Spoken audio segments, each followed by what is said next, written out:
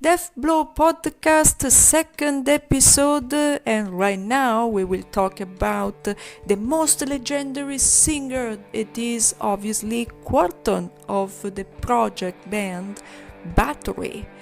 And Thomas Hayes Forsby, it has been one of the most talented guitarists, singer, musician in general, you name it. I will give to you all the good adjectives to give to this man, because he made a revolution in the black metal scene. Thanks to the first Bathory album since 1984 and previous recordings already in 1983, he made a legend into this scene that obviously it's black metal, and it is very important because today it's his birthday. So best wishes to this man, even if he's dead, unfortunately. He will always be in our hearts, so rest in peace, Quorthon. Thank you for your music. So right now let's straight go into this, of course. First album in studio of this Bathory, it is incredible. Raw, fast, legendary music. The guitars are very fast, which made a revolution even for Mayhem, and they took the inspiration, in my opinion, thanks to Motorhead, Slayer, and especially Venom, in my opinion. But this depends in the perspective you have it about this band.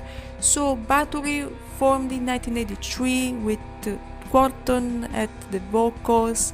Then he had two lineup, two people, Richard Bergman as a bassist and Stefan Larsson at the drums. I remember that there was even Jonas Sökerlund as the drummer.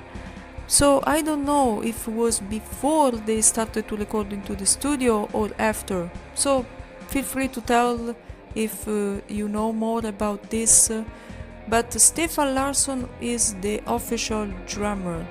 22nd May 1984, the band started to do the first recording of the album, and Satan My Master were recorded, and Witchcraft track.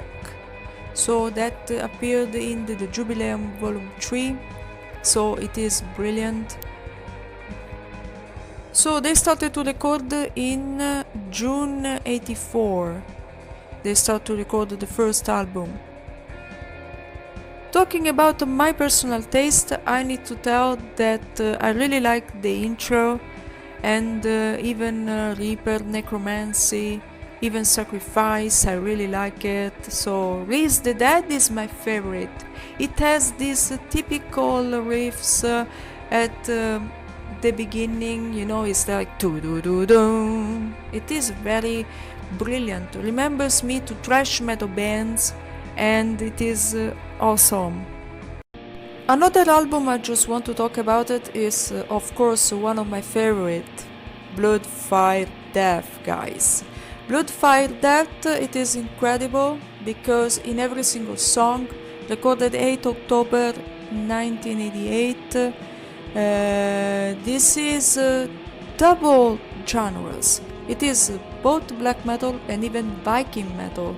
He was starting to change the style from black metal to more Viking, so the guitars were more arpeggios, more technical, more slower, not so much faster like the previous albums, of course, and it is incredible. One of my favorite songs are A Fine Day to Die, Bastille Death, guys, it is amazing, Holocaust, but even Dies Irae is one of my favorite.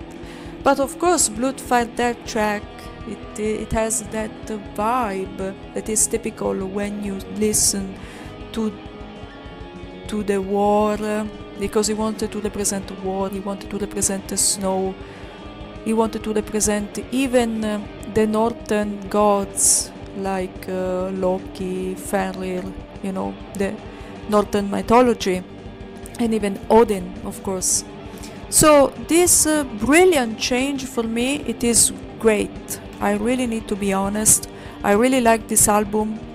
Technically speaking, the guitars are great, work very well, and not only about this, but even the drums do a very incredible job right here. And I really need to be honest, Quorthon is 100% a brilliant musician, not only because he has the gift to represent what he wants to say inside his music. So in Blood, Fire, Death, he wants to talk about the war, he wants to represent the blood, he wants to represent the fights, and he reached the level how to represent, how to describe that. So it is incredible, it is brilliant, it is fast, it is awesome. I don't have any words to describe how this album revolutionized the entire scene, not only for black metal but even for the Viking metal. So this is another 10 out of 10 for me. Another favorite album that for me it is one of the best albums that Bathory recorded. It is Hammerheart. Recorded in the studio in Stockholm, June 1989, and published in the 1990 thanks to the Typhoon Gramophone. It is brilliant, great indeed, absolutely. Valhalla is one of my favorite tracks, not only because it has the beginning that is slow, it has this very good arpeggio, and then it has this chorus, and that is very sang, is not very much raw. Many people are against this because they wanted Quorthon more be more aggressive and dark. But he really is. He reached a very nice level with this. So one of my favorite tracks is of course Valhalla, Baptized in Fire and Ice, and even Song to Helapai, and even One Road to Asa Bay, which is 10 minutes long. Many people say this too progressive, it's not very into black metal. So many people hate on Hammerheart because of it. Where is the thrash metal? Where is the biggest influence? Where is the Slayer influence here? It is not present anymore. What happened to Bathory? So my opinion is that Quorthon never wanted to be tagged as a black metal band. He was very far from a black metal environment, satanic environment. He was pretty far away from this. He just wanted to be himself inside the music, and he reached a very nice level about it. I really need to be honest. He really showed how to be a brilliant musician, because he's complete. He is able to do black metal, death metal, and even thrash metal. And in the first albums you can perceive more the Motorhead influence more than the black metal influence, or Celtic Frost or Venom influence that is more present in Bathory's first album and not after that. If I need to tell about one of my favorite, about the structure, the music structure, it is Blood, Fire, Death and Hammerheart for me. Then I don't know what happened in 91. It is not like the Hammerheart album. Then I don't know what happened. I feel that he continued to do this Viking vibe. He continued to do this Viking metal music. So certain songs are great, brilliant as a structure, but other songs are not very near to the black metal, so that becomes different from black metal. But what is the strength of Quorthon? Because he's able to do from black metal to thrash metal, to death metal, and even to Viking metal or epic metal. There are many interviews that tagged him as epic metal, which said that he was very totally untrue, totally fake. He was never epic metal. He always denied to be epic metal. He said that I'm not Manowar. So of course he was totally against this tagging people, tagging bands. He was very against interviews, even because of it. He was very tired to always explain to the journalist, I've done this, I've done that. I do my stuff. And he does the stuff really well. Not only about these albums, but even himself as a very incredible character in the music. So he really reached a very incredible level.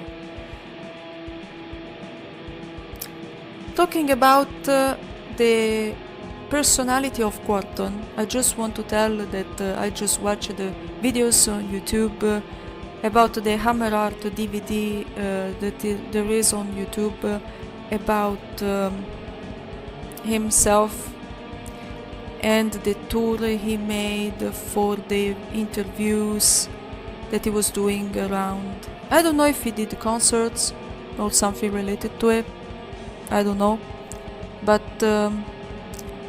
there I saw a very incredible style of Quorthon, that it is the personality. I saw him not being a rock star, like for example Pelle Olin said that he was against Quorthon because he defined Quorthon as a poser, as you remember very well, putting the hamster and sent it inside the bag. I think it was not the hamster, I think it was a guinea pig, yes, that he sent to the Elektra Records, managed by Bore Forsberg, the father of Quorthon. And I think, guys, if you check on the Portugal interview Quorthon made, you can see at the beginning, I think, or after a while, I don't remember if it was part 1 or part 2, you can check that Quorthon talk about that people sent guinea pig, of course, inside the box, and it was I think that he was talking about what Pelle did. I am not sure about it. You can check yourself about it. You can even write at thatblowpodcast@gmail.com if you have more news about this. Feel free to tell your opinion related to this story if you know more. So I was telling, even Quorthon was talking inside this interview, or when he was in Portugal, he was talking about this. I have many haters that hated this change of me when I was a black metal guitarist or death metal.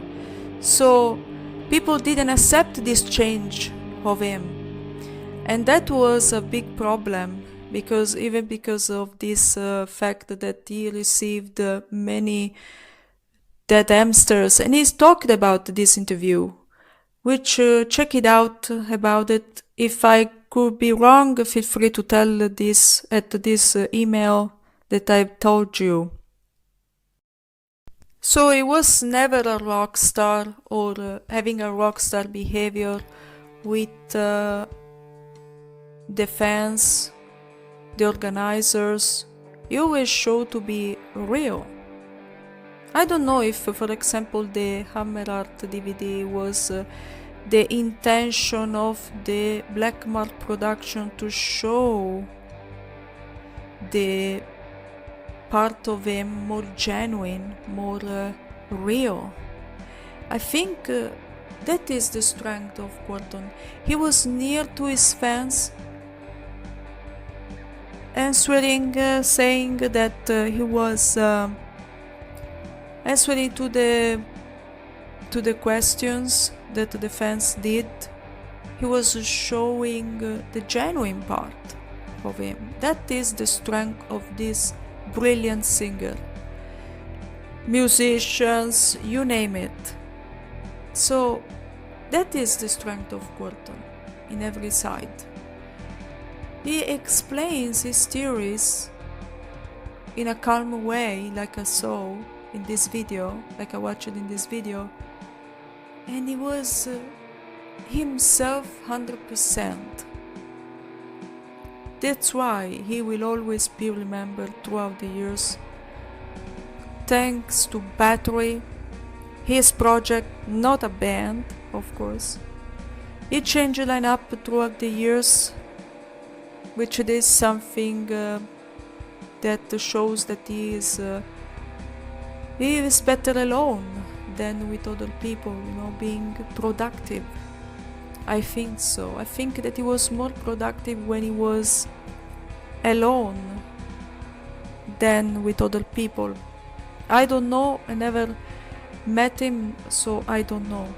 But I just imagine right now Quorthon, if he was still alive, explaining his theories about music, the way he wants to play music and make music, which it is brilliant. So rest in peace, Quorthon, and thank you so much for your music. If you have a band and you want to send a demo, you can write at thatblowpodcast@gmail.com if you have certain suggestions, if you want to explain more about the new arguments about black metal or death metal. Don't be shy, just write, and see you soon.